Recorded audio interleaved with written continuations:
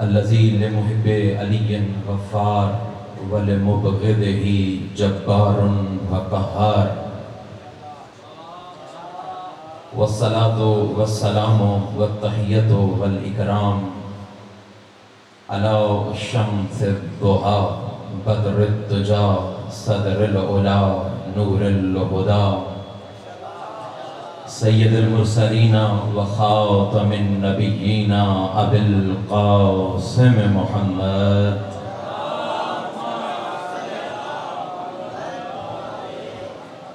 والصلاة والسلام والتحیۃ والإکرام علی وصیہ ووزیرہ وناصر دینہ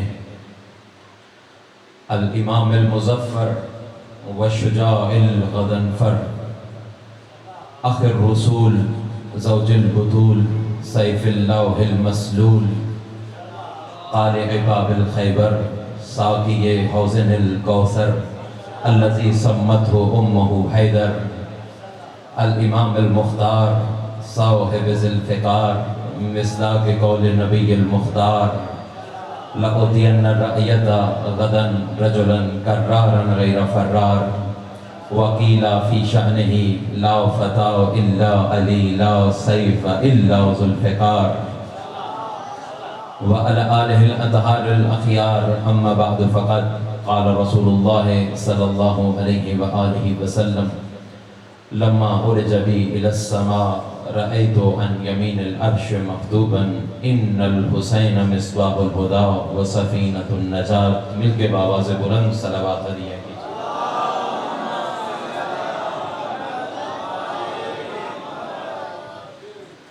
سب سے پہلے دعا گو ہوں کہ اللہ رب العزت مجھ سمیت آپ تمام عاشقان حسین کا اس مقدس مقام پہ چل کے آیا اپنی بارگاہ میں قبول و منظور فرمائے۔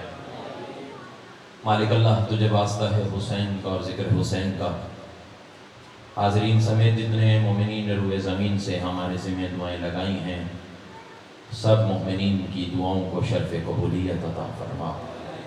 گھروں اسپتالوں میں جتنے مریض ہیں صحت و سلامتی عطا فرما۔ بے اولاد مومنین کو اولاد نرینہ صالح عطا فرما۔ پروردگار تندرست مومنین کی تندرستی پریشانی دور فرما۔ باری رات تجھے واسطہ ہے محمد و اہل بیت محمد کا جن مومنوں کو اولاد دی ہے ان کی صحیح تربیت کی توفیق عطا فرما۔ مومنین کے بچوں کو علوم محمد و آل محمد سے آراستہ و پیراستہ فرما۔ پروردگار تمام نام لیوائے علی ابن ابی طالب کو سیرت علی ابن ابی طالب پہ چلنے کی توفیق عطا فرما۔ ہم سب کو صحیح معنوں میں سچا شیعہ علی بننے کی توفیق عطا فرما۔ واجبات ادا کرنے کی توفیق عطا فرما۔ محرمات سے بچنے کی توفیق عطا فرما۔ پروردگار سب سے بڑی دعا اس عزاداری کے حقیقی وارث یوسف زہرا صاحب العصر والزمان کے ظہور میں مالک اللہ تعزیل فرما۔ امام کی نصرت و تائید کی توفیق عطا فرما۔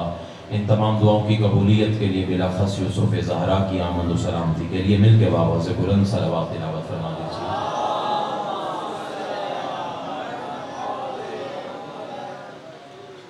اجازت ہے ذکر شروع کیا جا سکتا۔ اللہ تبارک و تعالیٰ کی سنت قرآنیہ کو مد نظر رکھتے ہوئے حمد باری تعالیٰ سے گفتگو کا آغاز کرنا چاہتا ہوں۔ خدا کی حمد کا پہلا جملہ، اور اسی سے اندازہ ہوگا کہ میرا اور آپ کا مزاج کتنا ملتا ہے۔ تمام تعریفیں اس مطلق العنان اور مدبر الامور خالق و مالک کے لیے جو دور اتنا ہے کہ میلوں کی مسافت پہ بھی نہیں ملتا، اور قریب اتنا ہے کہ خودی کی راہ پہ چلو تو خود سے پہلے خدا مل جاتا ہے،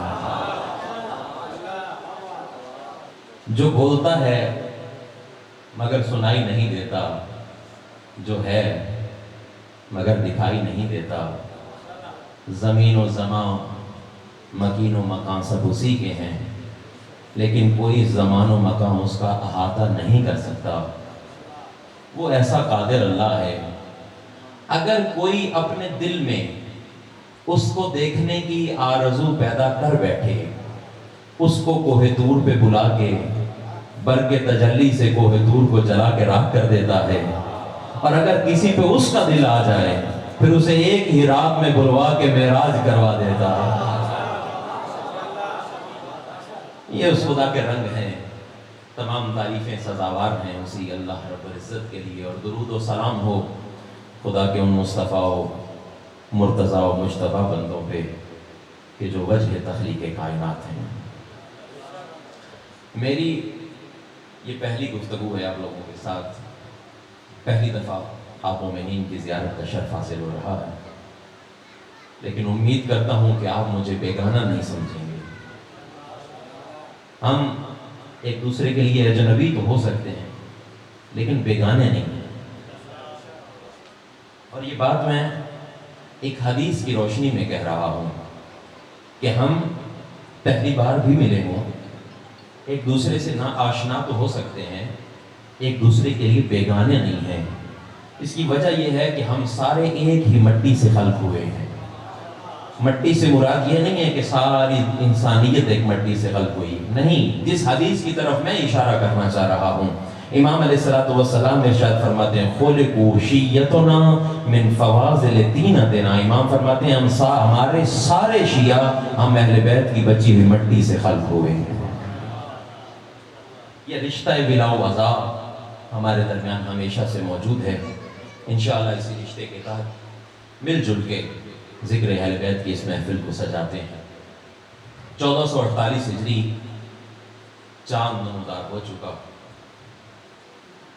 اور ہم محبان محمد و آل محمد جیسے ہی یہ چاند نظر آیا ہم نے محمد و آل محمد کی غم کی یہ فرش عزا بچھا دی۔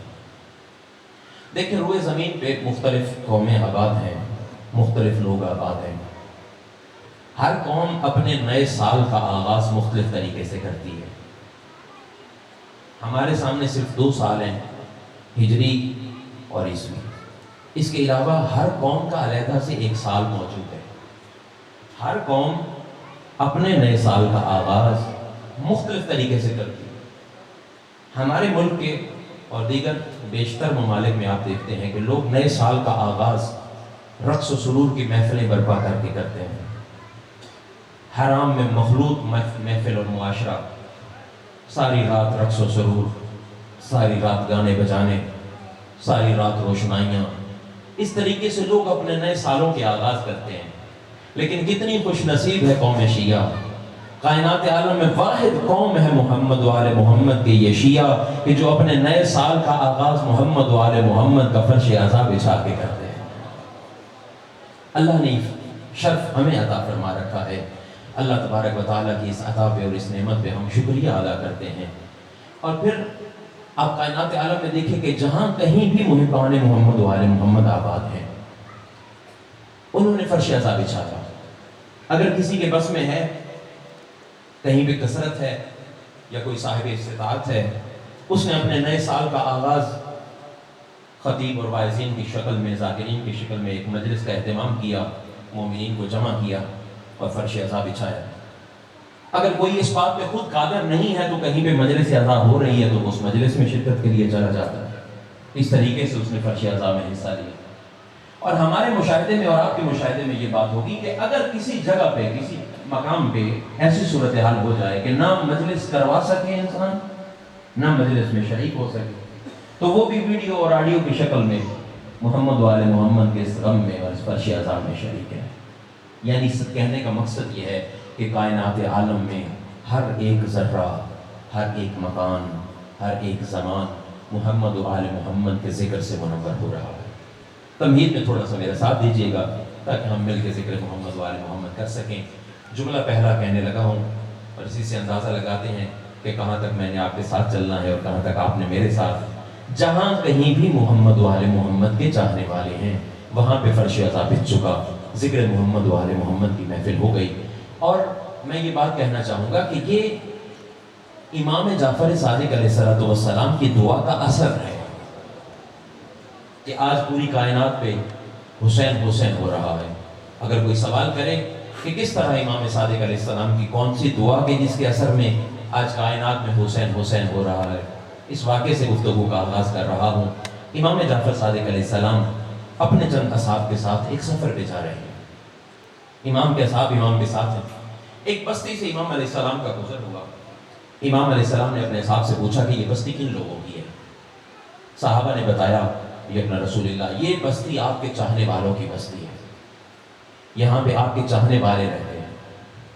امام علیہ السلام سواری سے اترے، مصلی عبادت بچھایا، 2 رکعت نماز ادا کی، خدا کی بارگاہ میں دست دعا بلند کیے. پروردگار تجھے ہمارے حق کا واسطہ ہمارے ان چاہنے والوں کو کائنات میں بکھیر دے، ان کو ایک دوسرے سے منتشر کر دے.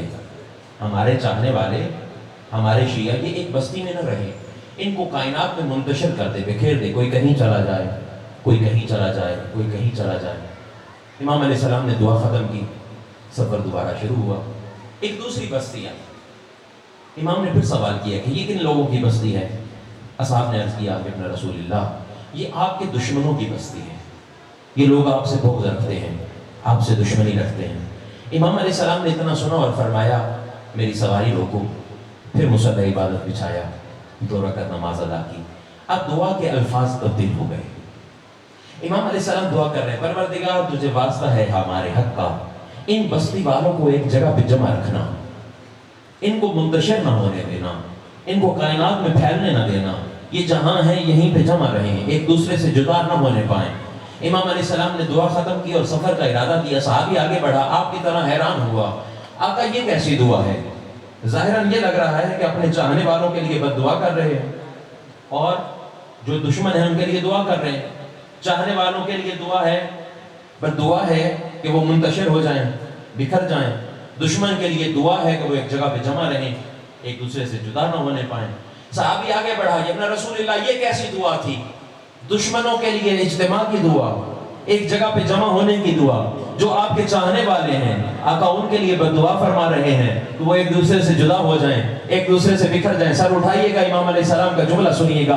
امام علیہ السلام نے اپنے صحابی کی طرف دیکھ کے فرمایا تیری حیرت بجا ہے، تیرا سوال بجا ہے کہ تو نے یہ سمجھا کہ میں نے اپنے چاہنے والوں کے لیے بد دعا کی ہے اور اپنے بغض اور اپنے دشمن کے لیے دعا کی ہے. لیکن امام علیہ السلام فرماتے ہیں میرے صحابی ہرگز بات ایسی نہیں ہے، حقیقت یہ ہے کہ ہمارے دشمن گندگی ہیں، ہمارے دشمن گندگی ہیں، یہ جہاں جائیں گے گندگی پھیلائیں گے. ہمارے چاہنے والے علم کی شمع ہیں، جہاں جائیں گے علم کی شمع روشن کرتے ہوئے نظر آئیں گے.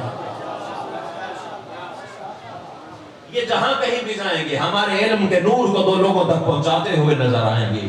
اسی لیے امام علیہ السلام نے دعا. اور پھر آپ آبادی میں نظر کیجئے، آج کائنات عالم میں لوگوں سے تاریخ سنیے تشیع کی، آپ کو یہی بتایا جائے گا کوئی ایک علی کا چاہنے والا آیا تھا، کوئی ایک آیا تھا جس نے یہ بستی بسائی، جس نے لوگوں کو کہا آؤ تمہیں کربلا کی کہانی سنائیں. کہانی کے نام پہ لوگ جمع ہوئے اور پھر لوگوں تک حسین کا ذکر پہنچا.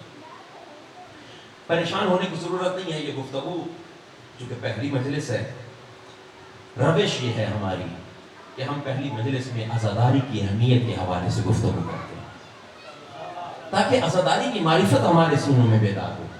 آگے کی گفتگو انشاءاللہ کل سے ہم باقاعدہ اپنے موضوع کا آغاز کریں گے اور اس کے مطابق فضائل و مسائل چلتا چلا جائے گا. لیکن معرفت عزاداری ضروری ہے، اس عزاداری کی اہمیت کو سمجھنا ضروری ہے.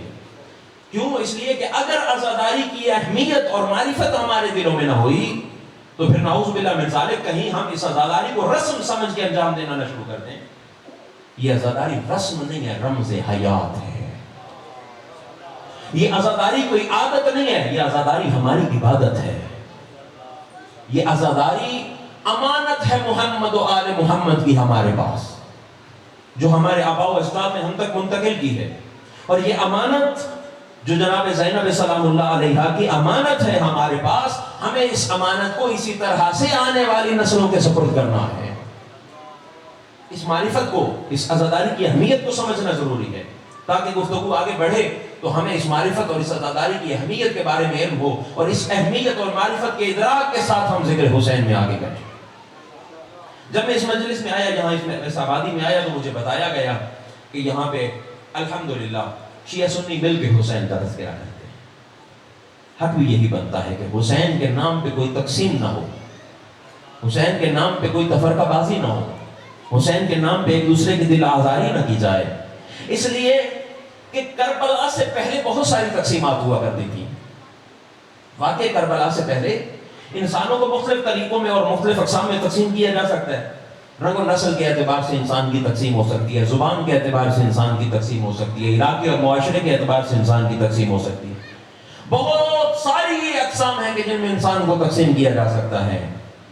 لیکن 10 ہجری واقعہ کربلا کے بعد حسین ابن علی نے کائنات عالم کو صرف 2 حصوں میں تقسیم کر کے رکھ دیا ہے. اب انسانیت کی ساری تقسیمات ختم ہو گئی. نسل کی تقسیم ختم, رنگ کی تقسیم ختم, زبان کی تقسیم ختم, علاقے اور معاشرے کی تقسیم ختم, ہر طرح کی تقسیم ختم کر دی حسین نے واقعہ کربلا کے بعد. کربلا کے بعد حسین نے پوری روئے زمین پہ بسنے والے تمام انسانوں کو 2 حصوں میں تقسیم کر کے رکھ دیا ہے. اب یا حسین کے چاہنے والے ہیں یا یزید کے چاہنے والے. اب کوئی کائنات میں تقسیم باقی نہیں رہ گئی. یا حسینیت باقی ہے یا یزیدیت باقی ہے. یا حسین کے چاہنے والے ہیں یا یزید کے چاہنے والے. لہذا میں یہ پیغام دینا چاہتا ہوں آج کی اس پہلی محفل سے اور پہلی مجلس سے, خبردار لوگوں کبھی بھی یہ نہ کہنا کہ ہم بھی حسین کو مانتے ہیں. ہم بھی حسین کو مانتے ہیں. یہ بات قابل قبول نہیں ہے کہ کہو ہم بھی حسین کو مانتے ہیں. قابل قبول یہ ہے کہ کہو ہم ہی حسین کو مانتے ہیں. بس حسین کو مانو. یا تمہیں حسینی میں ہونا پڑے گا یا یزیدی ہونا پڑے گا. کوئی تیسری تقسیم موجود نہیں ہے. اچھا پھر اگر انسان کوئی سوال کرے کہ اتنی سختی کس لیے, یہ اس عزاداری میں اور اس حسینیت میں اتنی سختی کس لیے, حسینیت اور یزیدیت میں, اور یہ عزاداری اور یہ فرش عزا کس لیے؟ ہر سال جیسے فرش عزا, ہر سال جیسے محرم الحرام نظر آتا ہے, یہ فرش عزا کس لیے, یہ حسینیت کے جلوس کس لیے, یہ عزاداری و مجالس کس لیے؟ تو میں پیغام دینا چاہتا ہوں, دنیا کو سمجھانا چاہتا ہوں اسے ایک مثال کے ذریعے سے. انشاءاللہ توجہات میری جانب مبذول ہوں.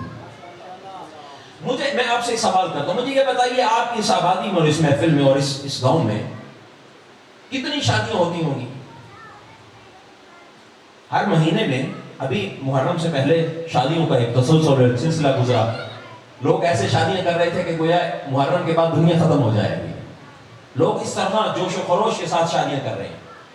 مجھے یہ بتائیے, آپ سے سوال میرا یہ ہے کہ کیا ہر انسان ہر شادی میں چلا جاتا ہے؟ یعنی آپ نے یہ دیکھا ہو کہ اس بستی میں جس کسی کی بھی شادی ہے, ساری کی ساری بستی اس شادی میں شریک ہو رہی ہے. ایسا نہیں ہوتا. کئی دفعہ ایسا ہوتا ہے کہ ہمارے اپنے محلے میں, اپنے گاؤں میں شادی ہوتی ہے, خوشی ہوتی ہے کسی کے گھر میں, ہم اس خوشی میں شریک نہیں ہوتے. لیکن اس کے برعکس کئی دفعہ کئی 100 کلومیٹر پہ اور کئی 100 کے میلوں کے فاصلے پہ کوئی شادی اور کسی گھر کی خوشی ہوتی ہے اور ہم اس محفل میں جا کے شریک ہوتے ہیں اور اس شادی میں شریک ہوتے ہیں. کوئی پوچھے کہ وجہ کیا ہے, تو جواب آئے گا کہ وجہ یہ ہے کہ یہاں پہ ہمارا تعلق کوئی نہیں تھا,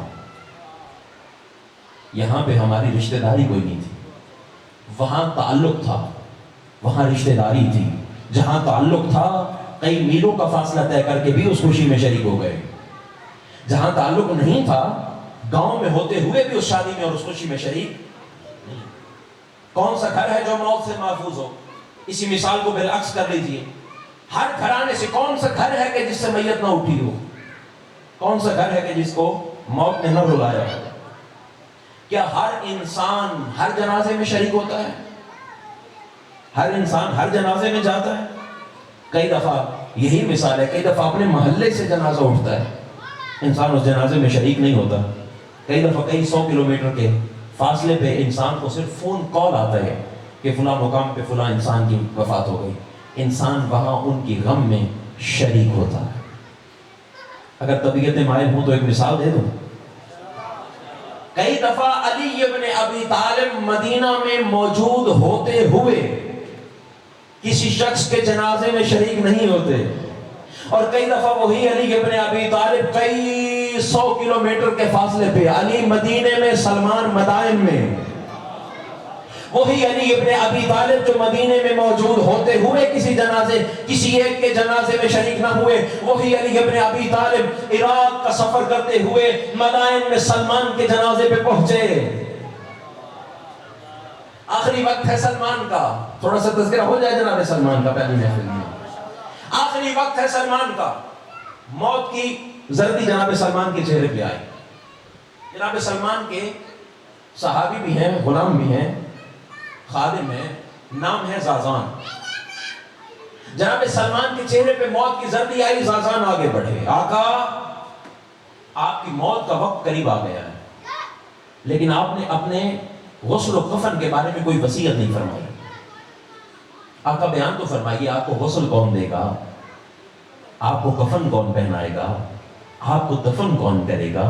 اتنا سننا تھا کہ سلمان نے کہا زازان پریشان نہ ہو، مجھے غسل وہی ہاتھ دیں گے جن ہاتھوں نے رسول کو غسل دیا تھا. زازان پریشان نہ ہو، مجھے کفن وہی علی پہنائے گا جس علی نے رسول کو کفن پہنایا تھا. مجھے قبر میں وہی دفن کرے گا جس نے رسول کا جنازہ قبر میں اتارا تھا.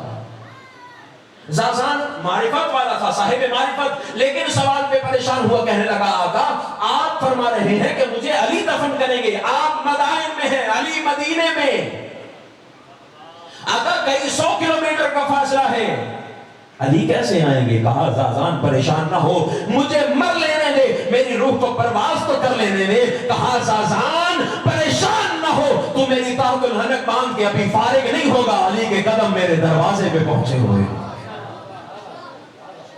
زازان پریشان نہ ہو، میری روح تو پرواز ہو لینے دے. وہی ہوا، ادھر جناب سلمان کی روح پرواز ہوئی، ادھر دروازے پہ دق الباب ہوا. زازان نے دروازہ کھولا، کون؟ انا علی ابن ابی طالب.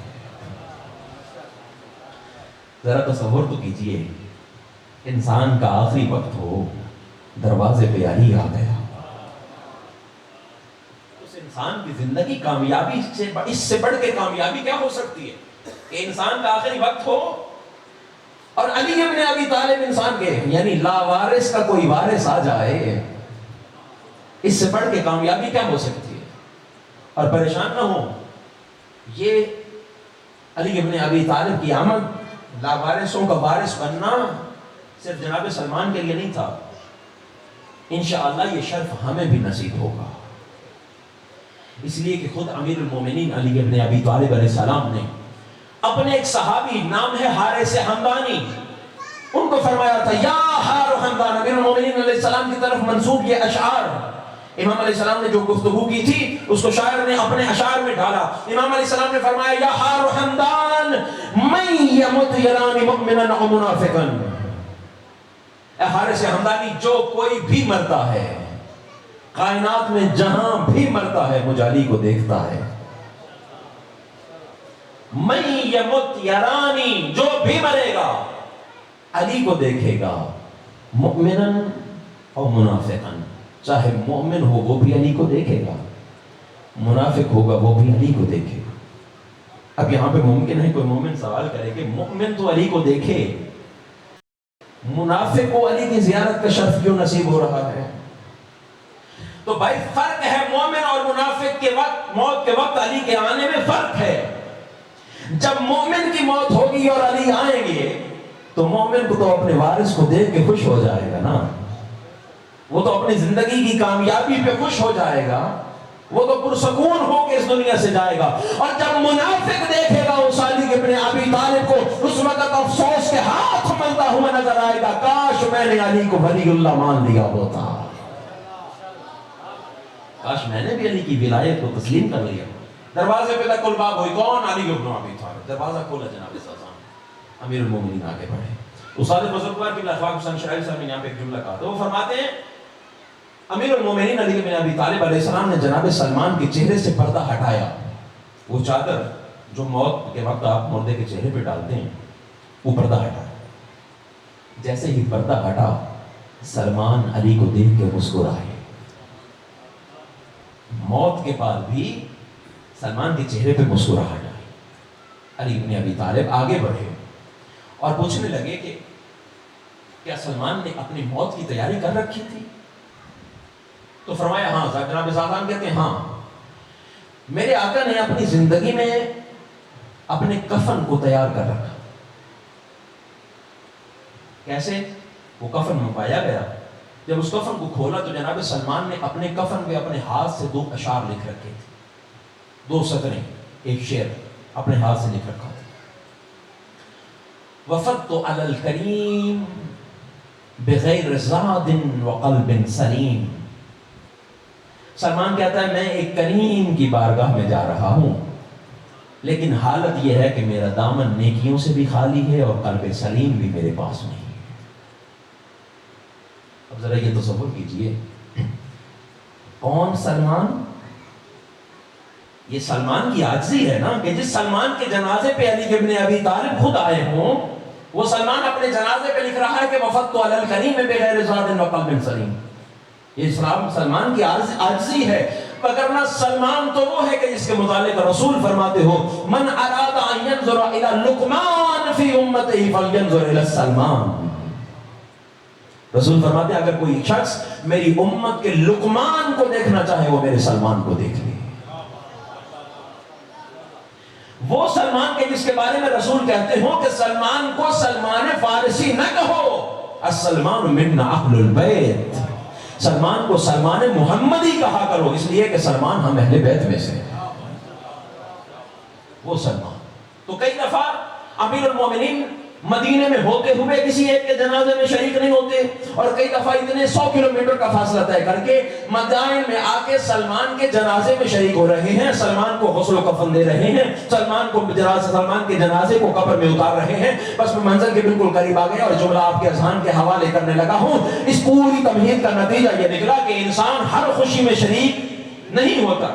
میرے ساتھ جواب دیجئے کہ ہر انسان ہر خوشی میں شریک نہیں ہوتا. اس خوشی میں شریک ہوتا ہے، اس انسان کی خوشی میں خوش ہوتا ہے جس کے ساتھ اس کا کوئی تعلق ہو.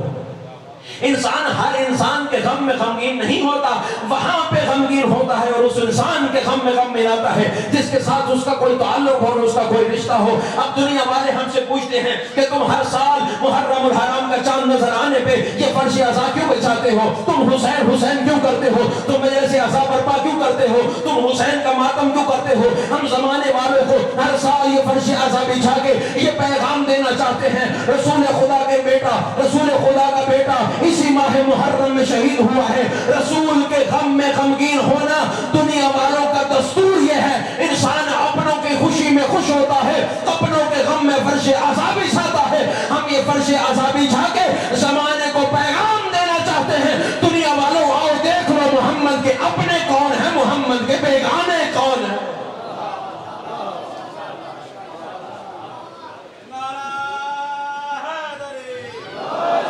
ہم دنیا والوں کو یہ پیغام دینا چاہتے ہیں کہ دنیا والوں کے کبھی ان نعروں سے پریشان نہ ہونا کہ دنیا والے کہیں کافر کافر شیعہ کافر، اور تم کو مسلمانوں کو تم مسلمان نام نہاد مسلمان شیعوں کو دین سے خارج سمجھ لو. اگر دیکھنا ہے کہ محمد کے اپنے کون ہیں پھر یہ دیکھنا پڑے گا کہ محمد کے گھرانے کی خوشی میں خوش کون ہوتا ہے اور محمد کے گھر کی غمگین میں غم کون مناتا ہے. محمد کا اپنا ہوگا جو اس گھرانے کی خوشی میں خوش ہوگا، اس کے غم میں فرش عزا بچھائے. اور دنیا آج دیکھ رہی ہے، آج دنیا مشاہدہ کر رہی ہے. دنیا والوں نے دیکھا کہ ان شیعوں نے، ان نام لیوا علی ابن ابی طالب نے اسلام کی لاج رکھی ہے، مسلمانوں کی لاج رکھی. آج دنیا والے جہاں حیران تھے، دنیا والوں کی نظر میں اسلام اور مسلمان فقط عربوں کی ابا و جبے میں محصور ہو کے رہ چکا تھا. جہاں دنیا والوں کی نظر میں فلسطین میں ظلم ہو رہا ہو اور مسلمانوں نے خاموشی اختیار کر رکھی ہو، پھر دنیا والوں نے دیکھا اسی کربلا کا درس تھا کہ ایک علی کا چاہنے والا اٹھا اور زمانے کو پھر سمجھایا کہ علی کیا ہے. دنیا والوں کے سامنے علی کی اس وصیت پہ عمل پیرا ہوتے ہوئے نظر آئے. اخر کا مشہور جملہ ان کی تقریر میں یہ بات موجود ہے. وہ کہتے ہیں ہم اگر فلسطین میں ظلم ہو رہا ہو اور وہاں پہ اہل سنت برادران موجود ہو ہمارے بھائی، تو اگر فرماتے ہیں ہم ان کا بھی ویسے ہی دفاع کریں گے جس طرح ہم اپنے شیعوں کا دفاع کرتے ہیں. اور پھر فرماتے ہیں اپنے اس کتاب میں کہا ہم اس علی ابن ابی طالب کے ماننے والے ہیں کہ جس علی ابن ابی طالب نے اپنے وقت شہادت میں اپنے بیٹے حسن و حسین کو یہ وصیت فرمائی تھی. حسن و حسین کو پاس بلایا اور فرمایا اے حسن اے حسین کون للظالم نصبا وللمظلوم آنا، اپنے بیٹے حسن و حسین کو فرمایا تھا اے میرے بیٹے حسن و حسین یاد رکھنا ظالم کوئی بھی ہو ہمیشہ ظالم کے دشمن رہنا، مظلوم کوئی بھی ہو ہمیشہ مظلوم کے حامی اور مددگار رہنا، ہمیشہ مظلوم کے حمایت کرنا، ہمیشہ ظالم کے خلاف اٹھنا۔ اور کربلا کے علاوہ یہ درس حریت کوئی نہیں دے سکتا زمانے میں، یہ حسین ہے جس نے زمانے والوں کو درس حریت عطا فرمایا ہے، اور یہ حسین کے چاہنے والے ہیں جنہوں نے پھر کربلا کے درس کو زندہ رکھا ہے۔ حسین نے کربلا میں کیا درس دیا تھا؟ آخری بندے تک توجہ فرمائیے گا امام کے اس فرمان پہ، آخری وقت امام حسین علیہ السلام کا، تمام اصحاب و انصار شہید کیے جا چکے، تمام صحابہ شہید ہو چکے، جناب عباس و علی اکبر شہید ہو چکے۔ میں مقام مصائب میں نہیں ہوں لیکن جملہ آپ کے اذہان کے حوالے کرنا چاہتا ہوں۔ آخری وقت ہے حسین ابن علی کا، امام علیہ السلام نے جو خطبہ ارشاد فرمایا، قیامت تک حسین ابن علی کا یہ جملہ قلم نور سے دامن حور پہ لکھنے کے قابل ہے۔ امام علیہ السلام کا یہ جملہ دشمن کے لشکر سے، سپاہی یزید سے مخاطب ہوتے ہوئے امام علیہ السلام نے یہ ارشاد فرمایا تھا، فرماتے ہیں اے لوگو تم نے اپنا دین تو فروخت کر دیا، تم اپنا دین بیچ چکے، تم اسلام کے نام پہ کمپرومائزڈ ہو، تم نے دین فروخت کر دیا، لیکن دیکھیے گا حسین کا وہ درس حریت، لشکر یزید کو مخاطب ہو کے فرمایا اپنا دین تو فروخت کر چکے ہو لیکن کونوا احرارا فی دنیاکم، کم سے کم اپنے دنیا میں تو آزاد رہو، کم از کم اپنے نفس کو نہ بیچو۔ جس طرح امیر المومنین علیہ السلام نے ارشاد فرمایا تھا کہ اللہ تبارک و تعالی نے، اے انسان اللہ نے تجھے آزاد پیدا کیا ہے تو کسی کا غلام نہ کرنا، کبھی بھی کمپرومائز نہ ہونا، سچ اور جھوٹ کے فرق کو باقی رکھنا، حق و باطل کے فاصلے کو قائم رکھنا۔ امیر المومنین علی بن ابی طالب علیہ السلام کی سنت کو امام حسین علیہ السلام نے کس طرح سے زندہ رکھا؟ جب مدینہ سے نکلنے لگے اور امام حسین علیہ السلام نے جو خط لکھا ہے اہل بصرہ کے نام، وہ کتب مقاتل میں آج بھی خط موجود ہے۔ دنیا والے اگر پوچھیں کہ حسین والے یہ فرش عذاب بچھا کے کیوں بیٹھے ہیں اور حسین والے یہ جلوس لے کے کیوں نکلتے ہیں، ان کو بتائیے گا ہمارے گھروں سے نکلنے کا مقصد وہی ہے جو حسین کے نکلنے کا مقصد تھا۔ بتاؤں حسین کا مقصد؟ حسین ابن علی نے جو وصیت فرمائی اور جو خط لکھا، اس میں امام علیہ السلام کیا لکھتے ہیں؟ بسم اللہ الرحمن الرحیم، انی لم اخرج لا عشرا ولا بدرا ولا ظالما ولا مفسدا۔ حسین کہتے ہیں میں کسی ظلم و فساد کو پھیلانے کے لیے نہیں نکل رہا، میں کسی شر انگیزی کے لیے نہیں نکل رہا، میں کسی تماشے کے لیے نہیں نکل رہا۔ کیا فرمایا کیوں نکل رہا ہوں؟ انما خرجت لطلب الاصلاح فی امت جد رسول اللہ۔ حسین تو نانا کا مدینہ چھوڑ کے اس لیے جا رہا ہے، حسین اپنے نانا کی امت کی اصلاح چاہتا ہے۔ انما خرجت لطلب الاصلاح فی امت جد رسول اللہ۔ آئیے آقا حسین سے سوال کرتے ہیں، آقا حسین فاسق و فاجر تو یزید تھا، امام علیہ السلام نے یہی فرمایا تھا نا تذکرہ دربار میں، فاسق و فاجر تو یزید ہے، حلال و حرام کو تو یزید ملا رہا تھا۔ وہ تو یزید تھا کہ جو منبر پہ بیٹھ کے کہہ رہا تھا کوئی وحی نازل نہیں ہوئی، اور کہا تھا ملعت بنو ہاشم بالملک لا وحی جاء ولا وحی نزل، جو بیٹھ کے منبر پہ یہ شعر پڑھ رہا تھا کہ کوئی وحی نازل نہیں ہوئی، کوئی قرآن نہیں آیا، بنو ہاشم ملک اور بادشاہت کو حاصل کرنے کے لیے ڈھونگ رچایا ہے، نعوذ باللہ من ذالک۔ آقا فاسق و فاجر تو یزید تھا، آپ نے یہ کیوں نہیں فرمایا انما خرجت لطلب الاصلاح یزید، میں یزید کی اصلاح کے لیے جا رہا ہوں؟ آقا یہ کیوں فرمایا انما خرجت لطلب الاصلاح فی امت جد رسول اللہ، میں اپنے نانا کی امت کی اصلاح کے لیے جا رہا ہوں؟ آقا بیان فرمائیے کس لیے آپ نے یہ فرمایا؟ عجب نہیں کہ آقا کی آواز آئے کہ یزید کی اصلاح بعد میں، پہلے اس امت کی اصلاح ضروری ہے جس امت نے یزید جیسے کو رسول کے خلیفہ کے طور پہ تسلیم کر لیا ہے۔ عجب ہے کہ رسول کو دنیا سے گئے ہوئے ابھی 50 سال ہوئے ہوں اور اس رسول کے خلیفہ کے طور پہ دنیا یزید کی بیعت کر رہی ہو۔ اگر ایسی صورتحال پیدا ہو جائے تو پھر حاکم وقت کی اصلاح ضروری نہیں ہوتی، پھر امت کی اصلاح ضروری ہے۔ انما خرجت لطلب الاصلاح فی امت جد رسول اللہ۔ اور پھر فرمایا وَأَنْ أُسِيرَ سِيرَةَ جد رسول اللہ وَسِيرَةَ أَبِي الحسن علیہ۔ کہا میں اس لیے جا رہا ہوں کہ اسی راہ پہ چلوں جس راہ پہ میرے نانا رسول چلتے تھے۔ حسین اسی راہ پہ چلنا چاہتا ہے جس راستے پہ میرے بابا علی ابن ابی طالب چلتے تھے۔ یہ درس حریت حسین ابن علی سے لے کے نکلے ہوئے ہیں یہ ذرا، اور آج دنیا والوں کو ہمیں یہ پیغام دینا ہے کہ دنیا والوں آؤ دیکھو تشیع کا حقیقی چہرہ کیا ہے۔ ہمیں دنیا کو یہ سمجھانا ہے کہ آئیے دیکھیے اسلام کا حقیقی چہرہ کیا ہے۔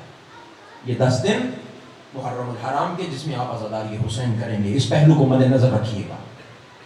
ان 10 دنوں میں ہمیں یہ پیغام دینا ہے اس امت کو اور اس دنیا کو کہ دنیا والوں آؤ دیکھو حسین کون تھا، آؤ پہچانو حسین کون تھا۔ میں اس حدیث کو پڑھ کے جو میں نے صدر کلام میں پڑھی ایک جملہ ذکر مصیبت کا عرض کروں۔ انشاءاللہ کل سے باقاعدہ موضوع کا آغاز اور فضائل محمد و آل محمد اور مصائب ساتھ ساتھ چلتے رہیں۔ آج کی مجلس کا یہ پیغام تھا، اسی پیغام کو لے کے جائیے اور کل سے انشاءاللہ باقاعدہ موضوع کا آغاز کریں گے۔ اس حدیث کی طرف چلتے ہیں جو حدیث میں نے سرنامہ کلام میں تلاوت کرنے کا شرف حاصل کیا۔ رسول اللہ صلی اللہ علیہ وآلہ وسلم ارشاد فرماتے ہیں لما عرج بی الی السماء رأيت عن يمين العرش مكتوبا ان الحسین مصباح الہدی وسفینۃ النجاۃ۔ رسول کہتے ہیں جب مجھے معراج کی شب آسمانوں پہ لے جایا گیا، معراج پہ جب مجھے بلایا گیا، میں نے اللہ کے عرش کی دائیں جانب یہ حدیث لکھی ہوئی دیکھی، اللہ کے عرش کے اوپر، اور کہاں؟ یمین العرش، اللہ کے عرش کی دائیں جانب میں نے یہ جملہ لکھا ہوا دیکھا۔ وہ جملہ کیا تھا؟ رسول فرماتے ہیں لکھا ہوا یہ تھا ان الحسین مصباح الہدی وسفینۃ النجاۃ، حسین ہے جو چراغ ہدایت ہے اور حسین ہے جو کشتی نجات ہے۔ دنیا والوں آؤ اس حسین کی کشتی سے منسلک ہو جا۔ آج اس حسین کی کشتی چلنے لگی ہے، 10 محرم کو یہی کشتی کربلا میں پہنچی۔ آؤ حسین کے اس کاروان کے ساتھ مل جاؤ، اس لیے کہ دنیا میں آپ کسی بھی مسلمان سے، بلکہ میں اس کو عمومیت دوں، کسی بھی خدا کے ماننے والے سے، کسی بھی ادیان سماوی کے ماننے والے سے اگر آپ سوال کریں کہ تمہیں کیا چاہیے، تم کیا چاہتے ہو، تو انسان 2 چیزوں کا متلاشی رہتا ہے۔ انسان چاہتا یہ ہے دنیا میں کوئی ایسا ہادی ہو جو انسان کو ہدایت کے راستے کی طرف رہنمائی کرے، اور انسان چاہتا یہ ہے کہ آخرت میں کوئی ایسا نجات دہندہ ہو جو محشر کی گرمی سے بھی بچا لے، جو محشر کی دھوپ سے بھی بچا لے، انسان کو دروازے جنت تک پہنچا دے۔ شیعو فخر کیا کرو اللہ تبارک و تعالیٰ کی اس عطا پہ، اللہ نے تمہیں حسین جیسا امام عطا فرمایا ہے۔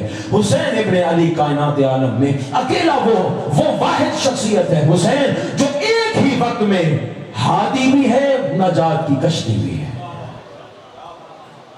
ان الحسین مصباح الہدی، حسین ہدایت کا چراغ بھی ہے، حسین نجات کی کشتی بھی ہے۔ حسین کی اس کشتی سے جڑ جاؤ، اس لیے کہ حسین ابن علی کی کشتی سب سے تیز مقام شفاعت تک پہنچانے والی ہے۔ اس حدیث کے بعد کسی نے آقا صادق آل محمد سے سوال کیا تھا، مل کے صلوات پڑھیے ذرا امام علیہ السلام کی ذات ہے۔ آقا الیس کلکم سفن النجات، آپ سارے سفینہ نجات نہیں ہیں؟ کیا آپ سارے نجات کی کشتی نہیں ہیں؟ فرمایا ہاں ہم سارے نجات کی کشتی ہیں۔ تو پھر فرمایا آپ کی جد نے فقط حسین کے لیے کیوں فرمایا کہ ان الحسین مصباح الہدی وسفینۃ النجات؟ اگر آپ سارے نجات کی کشتی ہیں تو پھر حسین کے لیے کیوں کہا گیا کہ حسین نجات کی کشتی ہیں؟ امام علیہ السلام نے فرمایا اس میں کوئی شک نہیں کہ ہم سارے نجات کی کشتی ہیں، لیکن سفینۃ جدی الحسین اوسع و اسرع، کہا ہمارے جد حسین کی کشتی سب سے بڑی بھی ہے، سب سے تیز شفاعت تک پہنچانے والی بھی ہے، سب سے جلدی نجات تک پہنچانے والی۔ اور کتنا جلدی حسین نجات تک پہنچانے والے ہیں؟ حسین اتنا جلدی نجات تک پہنچانے والے ہیں کہ حسین ایک لمحہ پہلے لعنت اللہ کو ایک لمحے کے بعد حر علیہ السلام کر دینے والا ہے۔ حسین اتنی جلدی نجات تک پہنچانے والا ہے جو ایک لمحہ پہلے اگر لشکر یزید میں رہ جاتے تو حر کو آج دنیا کسی اور نام سے یاد کر رہی ہوتی۔ حسین کے دامن سے متمسک ہوا حسین، اور پھر دنیا نے دیکھا حسین نے اسی حر کو علیہ السلام کر دیا۔ اب رہتی دنیا تک، دنیا جہاں حسین پہ سلام کرے گی وہیں حر پہ سلام کرتی ہوئی نظر آئے۔ حسین کے دامن سے متمسک ہو جاؤ، اس لیے کہ حسین کے علاوہ کوئی نہیں ہے جو شفاعت تک پہنچانے والا، جو نجات تک پہنچانے والا۔ حسین کی یہ کشتی چلی، اور یہ عزاداری حسین امانت ہے محمد کی۔ یہ کوئی ہماری اختراع نہیں ہے، یہ کوئی ہماری عادت نہیں ہے، یہ کوئی ہماری رسم نہیں ہے۔ حسین پہ رونا، مسلمانوں خدا کی قسم خدا گواہ ہے، حسین پہ رونا بدعت نہیں ہے، حسین پہ رونا رسول کی سنت ہے۔ اور یہ جملہ میں اپنی طرف سے نہیں کہہ رہا، شیعہ سنی کتب میں یہ روایت موجود ہے۔ ولادت ہوئی آقا حسین کی، رسول نے یوں حسین کو اپنے ہاتھوں پہ اٹھایا، جیسے ہی آقا حسین کے چہرے پہ نظر پڑی نا، روایات بتاتی ہیں رسول خدا کے چہرے پہ آنسو آئے، داڑھی مبارک آنسوؤں سے بھر گئی۔ جناب فاطمہ کبریٰ آگے بڑھی، جناب فاطمہ زہرا آگے بڑھی، بڑھ کے سوال کیا، بابا آپ کو میرے بیٹے حسین کی ولادت کی خوشی نہیں ہوئی؟ بیٹی میں خوش ہوا، اللہ نے تمہیں بیٹا عطا کیا۔ بابا پھر آپ رو کیوں رہے ہیں؟ بابا پھر آپ آنسو کیوں بہا رہے ہیں؟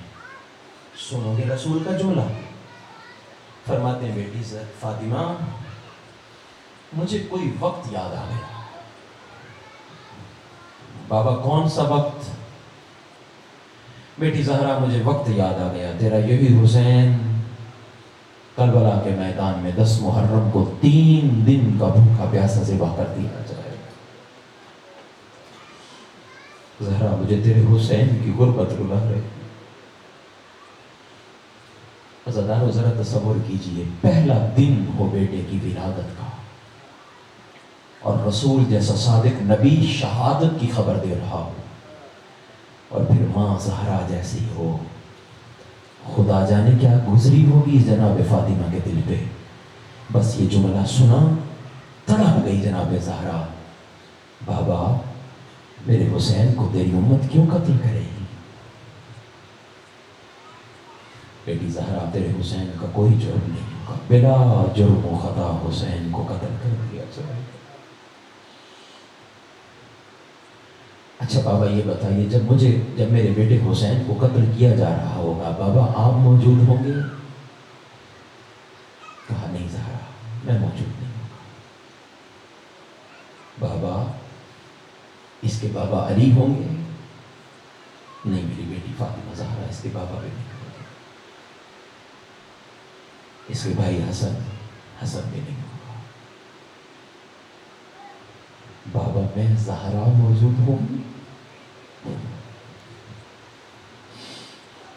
نہیں میری بیٹی زہرا تو بھی نہیں ہوگی۔ بس عزادار منزل کے بالکل قریب آ گیا، اب اپنی طبیعتوں کو مسائل کے لیے آمادہ کیجیے گا اور اپنی آوازوں کو آزاد چھوڑ دیجیے گا، اس لیے کہ خدا جانے اگلے سال کون ہوگا حسین پہ رونے والا۔ کتنے ایسے لوگ تھے جو پچھلے سال گزشتہ سالوں میں ہمارے ساتھ تھے، اس سال فرش اعضا پہ نہیں ہے، خدا جانے اگلے سال حسین پہ رونا ہمیں نصیب ہو نہ ہو۔ ماں تھی نا، تڑپ گئی، بابا اگر آپ بھی نہیں ہوں گے، اس کے بابا علی بھی نہیں ہوں گے، حسن بھی نہیں ہوں گے، بابا میں زہرا بھی نہیں ہوگی، بابا پھر میرے حسین پہ روئے گا کون؟ بابا پھر میرے حسین پہ گریہ کون کرے گا؟ بس ازادارو اتنا سننا تھا۔ حسین کے بعد اس وقت جناب رسول خدا نے آگے بڑھ کے فرمایا زہرا پریشان نہ ہو، اللہ ایک ایسی قوم پیدا کر دے گا کہ اس قوم کے جوان تیرے حسین کے جوانوں کو روئیں گے، اس قوم کے بزرگ تیرے حسین پہ آنسو بہائیں گے، اس قوم کی مستورات تیرے زینب کی بہن کی اسیری پہ آنسو بہائیں گی۔ بس اتنا سننا تھا۔ جناب فاطمہ زہرا نے فرمایا بابا پھر میں زہرا وعدہ کرتی ہوں میں اس وقت تک جنت میں داخل نہیں ہوگی جب تک میرے حسین کے عزادار جنت نہ چلے جائیں۔ بابا میں زہرا وعدہ کرتی ہوں۔ عزادارو روش یہ ہے مصائب کی کہ پہلی محرم کو حسین کو نانا کا مدینہ چھوڑنا پڑا جاتا ہے۔ اگر طبیعتیں مائل ہیں آئیے ایک جملہ حسین کی نانا کے مدینے کو الوداع کہنے کا سن لیجئے۔ 26 رجب کا دن تھا، حسین نانا کے روزے پہ بیٹھ کے قرآن پڑھ رہے تھے۔ ولید کا قاصد آیا، آقا حسین آپ کو دربار میں بلایا جا رہا۔ انا للہ و انا الیہ راجعون پڑھتے ہوئے حسین نے قرآن کو بند کیا، نانا کے روزے سے الوداع کیا۔ جانتے تھے نا حسین کہ کون سا وقت عام پہنچا ہے، جلدی سے حسین گھر واپس آئے۔